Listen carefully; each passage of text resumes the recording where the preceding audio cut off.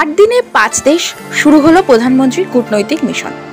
2রা জুলাই থেকে শুরু হলো প্রধানমন্ত্রী নরেন্দ্র মোদীর এক অত্যন্ত গুরুত্বপূর্ণ বিদেশ সফর। প্রথম গন্তব্য ঘানা। এই প্রথমবার দ্বিপাক্ষিক সফরে যাচ্ছেন কোনো ভারতীয় প্রধানমন্ত্রী। এরপর সফর হবে ট্রিনিডাড ও টোবাগো, ব্রাজিল, আর্জেন্টিনা এবং নামিবিয়ায়।